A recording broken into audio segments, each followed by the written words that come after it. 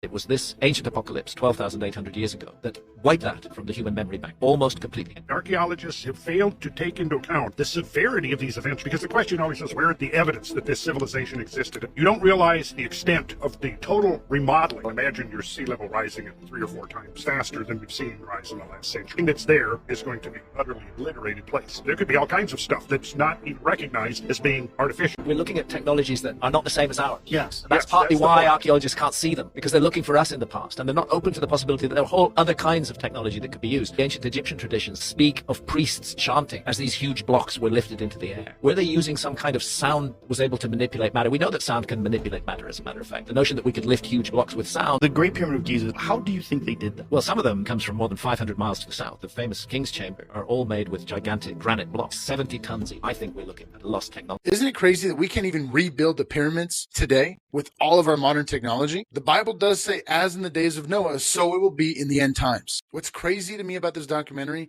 is that even shamans were getting messages from the spiritual world that a flood was coming. It's no surprise then why these cultures survived the flood and told stories about it. It's no accident that all these ancient cultures around the world all spoke of a biblical flood that wiped out all life on earth. Maybe that's what the pyramids are. Maybe the demons knew that the flood was coming. They knew God's wrath was coming, and they told humanity to build these structures that we can't even